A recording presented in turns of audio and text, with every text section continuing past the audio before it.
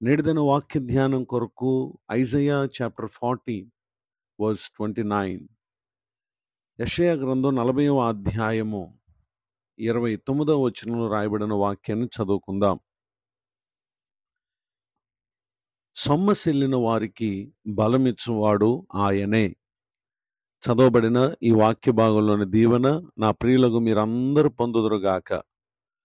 వాక్య ధ్యానం కొరకై ప్రార్థన. ప్రేమ కలిగిన మా తండ్రి, మీ కొందనాలు. నేడు చదవబడిన ఈ వాక్యం ద్వారా మాతో మాట్లాడి మమ్మలను బలపరచుమని యేసుక్రీస్తు నామములో బ్రతిమాలి ప్రార్థిస్తున్నాను తండ్రి, ఆమెన్. చదవబడిన ఈ వాక్య భాగంలో మన ప్రభు వారు సొమ్మసిల్లిన వారికి బలమిచ్చినటువంటి దేవుడు. కొందరు తాము ఎదుర్కొనే పలు రకాల పరిస్థితుల చేత ఎంతో కృంగిపోతూ వేదన, బాధ, కష్టము, దుఃఖము అనుభవించుచు తమను బలపరిచే వారు ఎవరు లేరు అనేటటువంటి నిరాశతో, నిస్పృహతో జీవితాన్ని వెళ్ళబూచినటువంటి వారున్నారు. అయితే స్నేహితులు, బంధువులు, మిత్రులు మరి ఎవరు మాటలు కూడా మనలను అవి బలపరచలేకపోవచ్చు. కానీ మనలను కలుగు చేసినటువంటి దేవుడు నిశ్చయముగా ఆయన బలమిచ్చేటటువంటి దేవుడిగా ఉన్నారు. ఎంతటి బాధను అనుభవించేటటువంటి పరిస్థితిలోనికి ఒక వ్యక్తి వెళ్ళినా మానవులమైన మనలను కలుగు చేసినటువంటి దేవుడు అట్టి పరిస్థితుల్లో నుండి ఊహించని రీతిగా ఉన్నతముగా ఆయన మనల్ని లేవనెత్తేటటువంటి దేవుడై ఉన్నారు. పరిశుద్ధ గ్రంథములో ఒక భక్తుని జీవితంలో ఉన్నది కొన్ని విషయాలు ఈ దినం మనం నేర్చుకునే ప్రయత్నం చేస్తే, Lamentations chapter 3 verse 18, 19, 20. విలాప వాక్యములు 3వ అధ్యాయము 18, 19, 20 వచనాల్లో రాయబడినటువంటి మాటలను మనం చదివినట్లయితే, నాకు బలము ఉడిగననుకొంటిని, యెహోవాయందు నాకిక ఆశలు లేవనుకొంటిని. నా శ్రమను, నా దురవస్థను, నేను త్రాగిన మాచిపత్రిని, చేదును జ్ఞాపకం చేసుకునము. ఎడతెగక నా ఆత్మ వాటిని జ్ఞాపకం చేసుకుని నాలో కృంగి ఉన్నది. అది నీకింకనూ జ్ఞాపకం ఉన్నది గదా.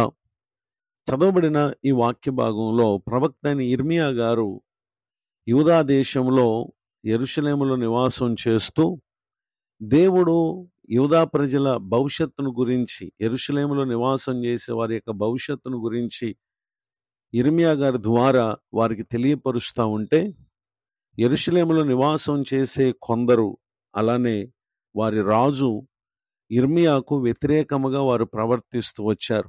ఆ కారణం చేత సత్యాన్ని ప్రకటించినటువంటి ఇర్మియా పలు విధములైనటువంటి బాధను, వేదనను, దెబ్బలను, చీకటిని, ఇలా రకరకాల శ్రమతో కూడినటువంటి పరిస్థితులను అతను ఎదుర్కొంటూ వచ్చి తాను పలికినటువంటి మాట ఏంటంటే 17th verse, 17వ వచనం, నెమ్మదికిని నాకును ఆయన బహు దూరము చేసి ఉన్నాడు అని కూడా ఇక్కడ మాట్లాడుటను మనం గమనించగలం. ఇట్టి పరిస్థితులలో నిజమే దేవుడు తమకు ఏది చేయట్లేదు అని అనేక మంది ఆలోచించేటటువంటి వారుగా ఉంటారు. ఇలాంటి విషయాలను గురించే book of Isaiah chapter 40 verse 27, యెషయా గ్రంథం 40వ అధ్యాయం 27వ వచనంలో యాకోబు అనగా ఇశ్రాయేలీయులు అనుకుంటున్నారట, నా మార్గము యెహోవాకు మరుగై ఉన్నది, నా న్యాయము నా దేవుని దృష్టికి కనబడలేదు అని నీవేళ అనుచున్నావు, ఇశ్రాయేలు నీవేళ ఇలాగ చెప్పుచున్నావు. 28వ వచనం 28th verse, నీకు తెలియలేదా, నీవు వినలేదా, భూదిగంతములను సృజించిన యెహోవా నిత్యుడగు దేవుడు, ఆయన సొమ్మసిల్లడు, అలయడు, ఆయన జ్ఞానమును శోధించుట అసాధ్యము అని చెప్పి ఇక్కడ ప్రవక్తని యెషయా గారి ద్వారా ప్రభువారు మాట్లాడుతూ ఉన్నారు. నిజమే, నాడు యెషయా కాలమందు ఉన్న ప్రజలు, అలానే ఇర్మియా కాలమందు ఉన్నటువంటి ప్రజలు, వీరిరువురికి వీరు మొదట యెషయా తర్వాత ఇర్మియా ప్రవక్తలుగా ఉన్నారు. నాడు వారితో మాట్లాడిన దేవుడే ఇక్కడ ఇర్మియా ప్రవక్తతో కూడా మాట్లాడుటను, లేక అతడు జ్ఞాపకం చేసుకున్నటువంటి దేవుని కార్యాలను గురించి మనం క్రింది వచనాల్లో మనం చూస్తే, Lamentations chapter 3 verse 21, 22, 23, విలాపవాక్యములు 3వ అధ్యాయము 21, 22, 23 వచనాల్లో, నేను దీన్ని జ్ఞాపకం చేసుకొనగా నాకు ఆశ పుట్టుచున్నది. యెహోవా కృపగలవాడు, ఆయన వాత్సల్యత ఎడతెగక నిలుచున్నది గనుక మనము నిర్మూలము కాకున్న వారము. అనుదినము నూతనముగా ఆయనకు వాత్సల్యత పుట్టుచున్నది. నీవెంతైనా నమ్మదగిన వాడవు అని చెప్పి ఇక్కడ తెలియచేయటం మనం గమనించగలం.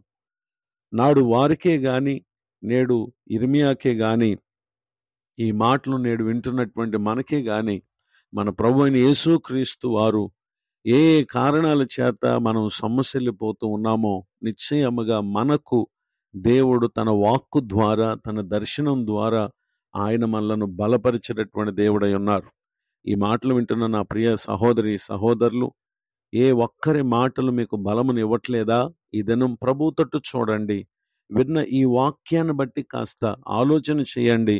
పరిశుద్ధాత్మ దేవుడు ఆలోచించి ప్రార్థించేటటువంటి మీకు ఊహించని అద్భుతమైన బలమును, ఆలోచనను, జ్ఞానమును ప్రభువిచ్చి, నిరాశ నిస్పృహతో ఉన్నటువంటి జీవితాన్ని ఊహించని ఆనందకరమైనటువంటి శాశ్వత జీవమునకు ప్రభు నడిపిస్తారు. ఇటు దీవెనలకు నా ప్రియులకు మీరందరూ పాత్రలు కావాలని హృదయపూర్వకంగా కోరుతూ ఈ మాటలు ముగిస్తూ ఉన్నాను. ప్రార్థన. ప్రేమ కలిగిన మా తండ్రి, మీకు వందనాలయ్యా. నువ్వెంతైనా నమ్మదగిన దేవుడవు. నీవు సొమ్మసిల్లవు, అలయవు, సొమ్మసిల్లు వారికి బలమిచ్చు దేవుడు అయి ఉన్నావు. నేడు విన్న ఈ మాటల చేత ప్రతి ఒక్కరూ బలమొందుదురుగాక. మీ పరిచర్లు ప్రయాసపడుతున్న సేవకులను, వారి కుటుంబమును, వారి యొక్క పరిచర్య ప్రయాసను మీరు ఆశీర్వదించండి. నేడు పెళ్లి రోజు, మరి పుట్టినరోజు జరుపుకుంటున్న ప్రియులను తమ ముందున్న కాలం అంతా మీరు తోడి నడిపించండి.